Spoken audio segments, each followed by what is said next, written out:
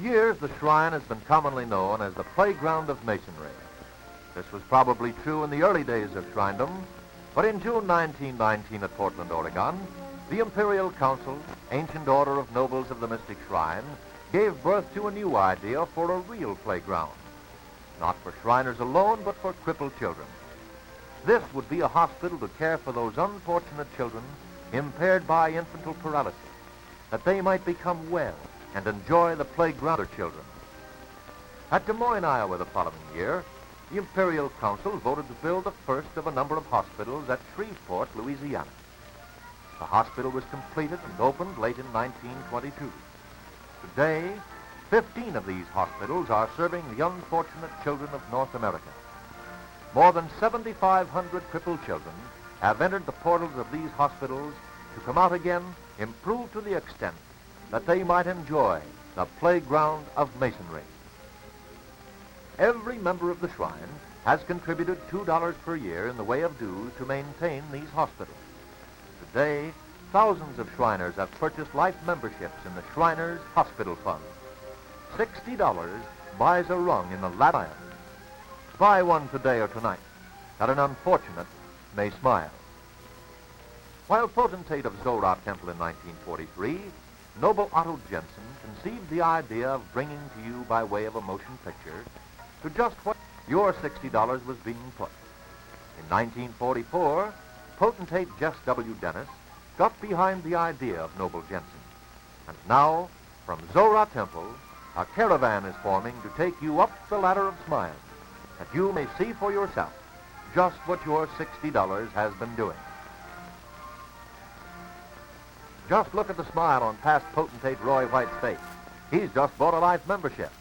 Trustee George Folks is just about ready to let go of his $60. Jack Slavin is telling Charlie Pease he hopes to be potentate of Zorah Temple someday. And on Jack's right, the old pote himself in person, Jess W. Dennis. And Doc Boyer. Doc got married this year, it being leap year. Charlie Reynolds, Recorder Supreme since Heck was a pup. Yes, Lewis Hillary, now potentate. Ray Miles just giving Pote Hillary an encouraging word. The Zorah Shrine Chanters, ably directed by Noble Harold Bright. Rented suit in this outfit, and can they sing? Just ask anyone who has heard them. This is one of the new uniformed bodies of Zorah Temple. Not only Director Harold Bright, but every member of Zorah is justly proud of the chanters. Ah, what's this? Roy Parker and the Oriental Band. We recognize the bass drum, but what's that Eddie Perrin pumping wind into? You'll have to ask him, I don't know.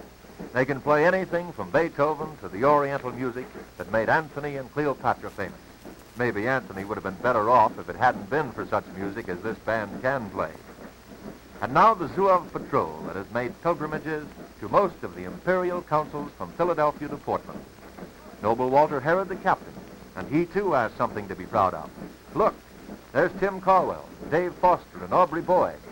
These nobles have been in this organization since your narrator was a youngster, and he's now too old to pay poll tax.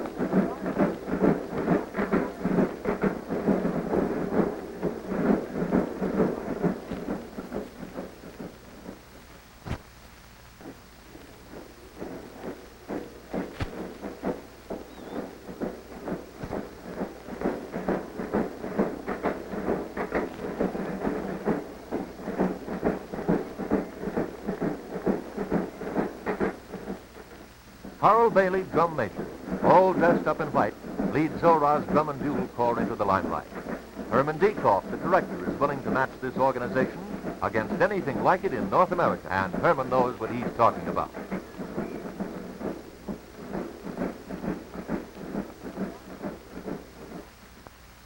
We're going to bet on this patrol placing tops in competition with any of the patrols in North America. Don't ask us how we got here, but we're now at Clayton Avenue and Kings Highway. Yes, you're looking at the St. Louis unit of the Shriners Hospitals for Crippled Children, erected in 1922 and 1923 at a cost of $650,000.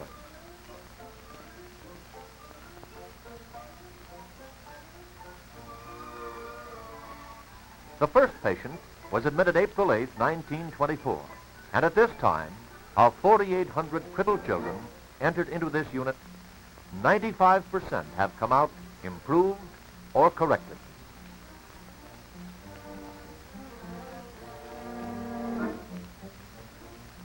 Arriving at the hospital, Miss Hanson, the superintendent, Mrs. Johnson, Red Cross nurse's aide, Miss Pope, and J. Short.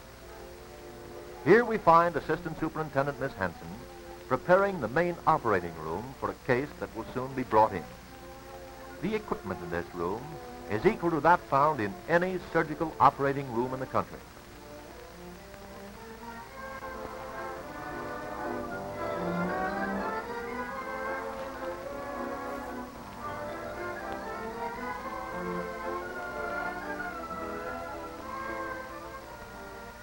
The sterilization room is just across the hall.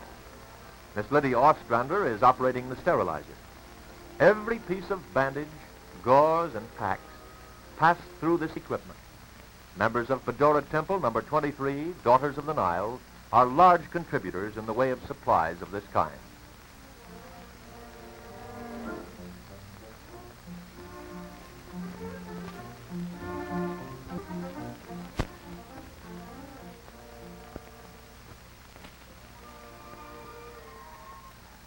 Dr. C.H. Crago carrying Robert Foster into the plaster cast room. Robert has a bad case of curvature of the spine. Miss Jocelyn, registered nurse, Leela Evans, and Lydia Ostrander, attendant nurses, ably assist Dr. Crago in applying the cast that starts Master Foster up the ladder of smiles.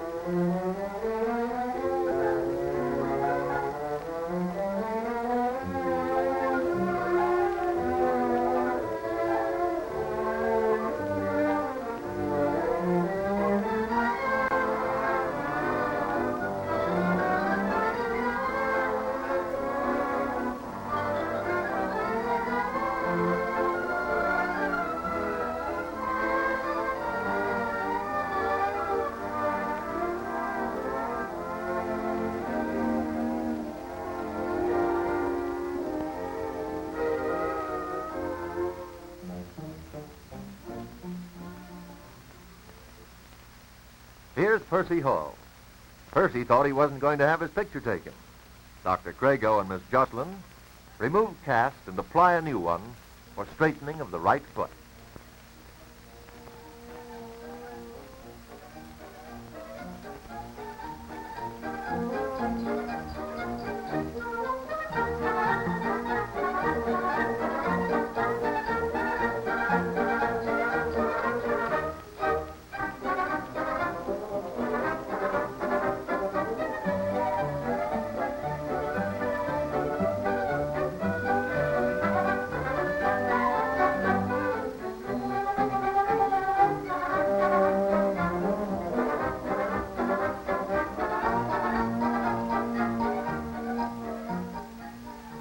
Percy feels better now with a new boot, and he's trashed the movies.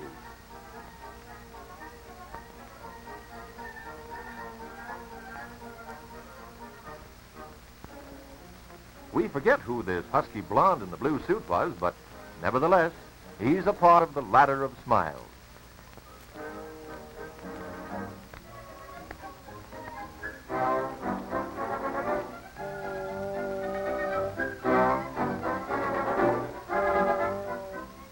The old swivel swimming hole. Why shouldn't Dickie Smith smile? Miss Moore, physical education instructor, has charge of this feature of hospital treatment. Miss Moore always has a large class. And why shouldn't she? Say, I wouldn't mind being in her class myself.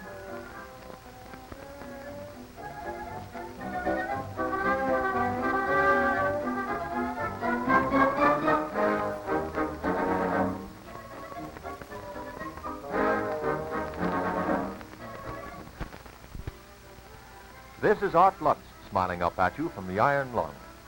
Seldom has the hospital staff had occasion to use this piece of equipment, but it's there just in case.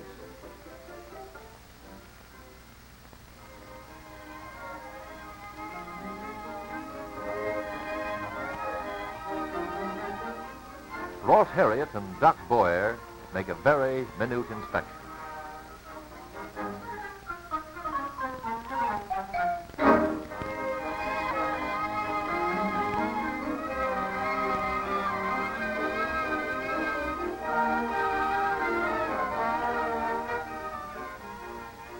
Introducing Mr. Joe Venable, one of the oldest employees at the hospital in point of service. Joe fits from 50 to 150 braces to shoes per month.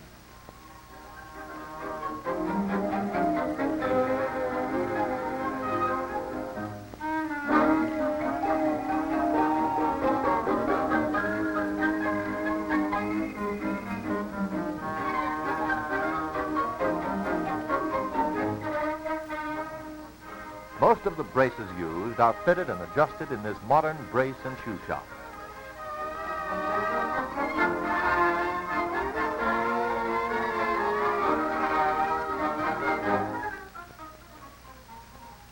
Breakfast at the hospital. Mary Ellen Singer, with the red hair ribbon, has breakfast with Percy Hall.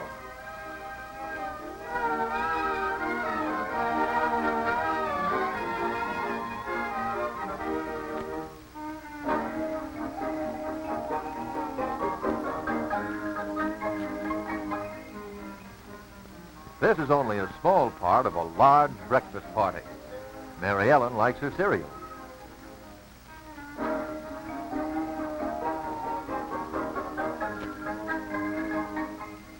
On your left in the high chair is Master Stanley Stenford. Stanley's a little embarrassed and says it's too early for breakfast and taking of movies, and we agreed with Stanley. Stanley's good friend in the other high chair is Joyce Litton.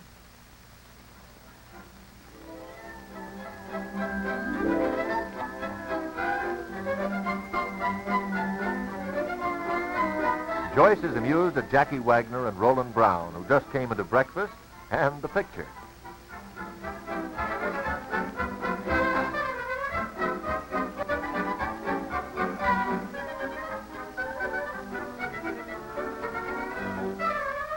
Not patients, but past potentates, John Hepner and Con Herber, question Stanley and Joyce about a handout.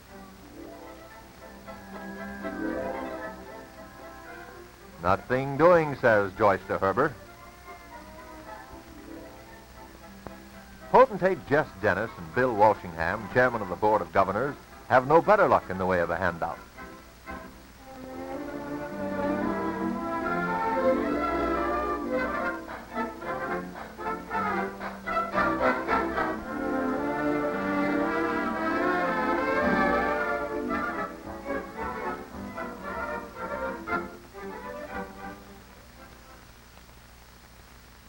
A happy gathering at the end of the ward. Doc Boyer says, "Oh, just give me time. I'll have a family all my own someday." Just behind Doc, left to right, Potentate Hillary, Potentate Dennis, Harriet and Hepner, and Charlie Reynolds. That's Max Johnson sitting down with the other youngster. Evidently pinched one in front of him. Max has a large family of his own, but we've never seen it.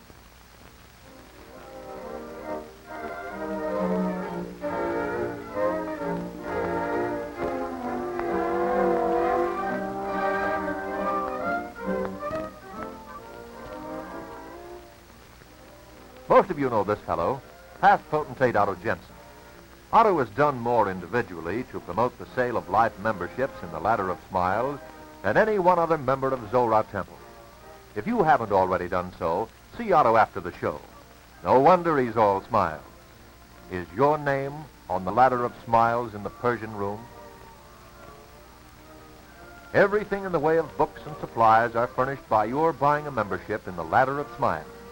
The teaching staff has furnished the hospital by the St. Louis Board of Education. We now want you to meet Miss Annabelle Matthews.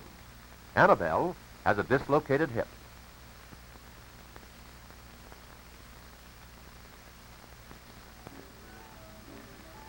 Miss Moore, attendant, looks after Annabelle's comforts and discomforts. Both have a smile for you.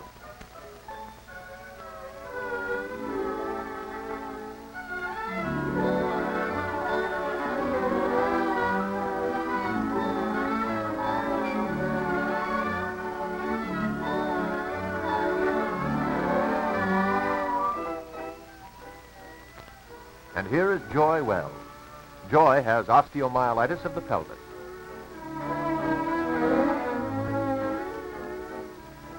Peggy O'Neill has a dislocated hip, but that doesn't keep her from having a big smile for everyone. You know, we like that name, Peggy O'Neill. Marion Young, young and good-looking in a pink dress, but not in the pink of healthful condition. Arthritis of the hip is Marion's case.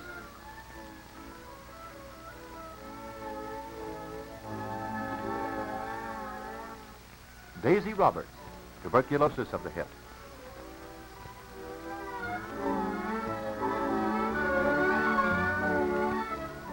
Mae West, Violet West, arthritis of the hip.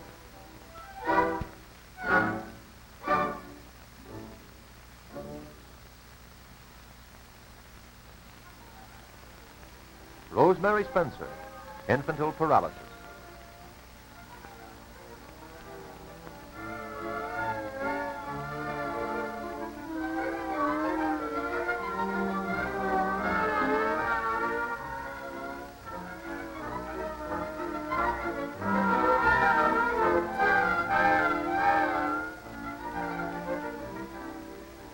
Hope. Genevieve was severely burned. This was a case for plastic surgery.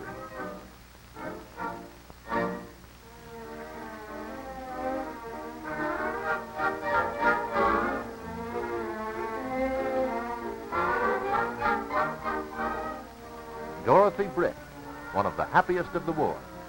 Dorothy is a spastic case. Dorothy, I wish you'd quit that scratching. I want to do it myself. Josephine Baker, Is there a doctor in the house? Oh, well, poliomyelitis is just a short word for infantile paralysis.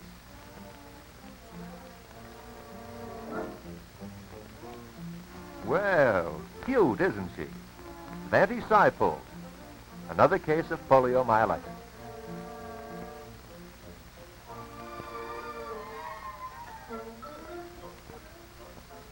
Holt, just what did you say to Betty Drake? Sure must have hit the spot. Betty's case is spastic, paraplegia for short.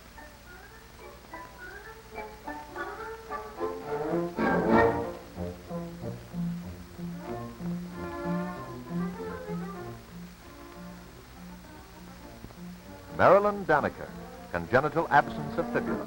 Yes, you're right. Leg bone missing.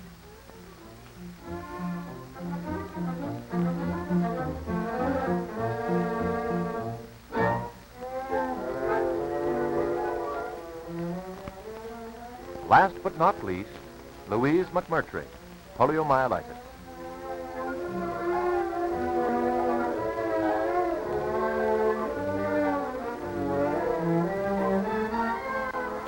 Just before our departure from the hospital, Jess Dennis, then potentate, presents Bill Walshingham, chairman of the board of directors of the St. Louis unit, in behalf of the members of Zorah Temple. Bill seems well pleased, and he should be.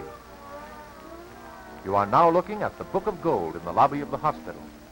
In this Book of Gold are entered the names of all children who have entered this hospital as patients.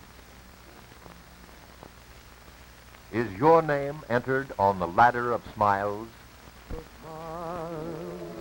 that fill my life with sunshine. Father,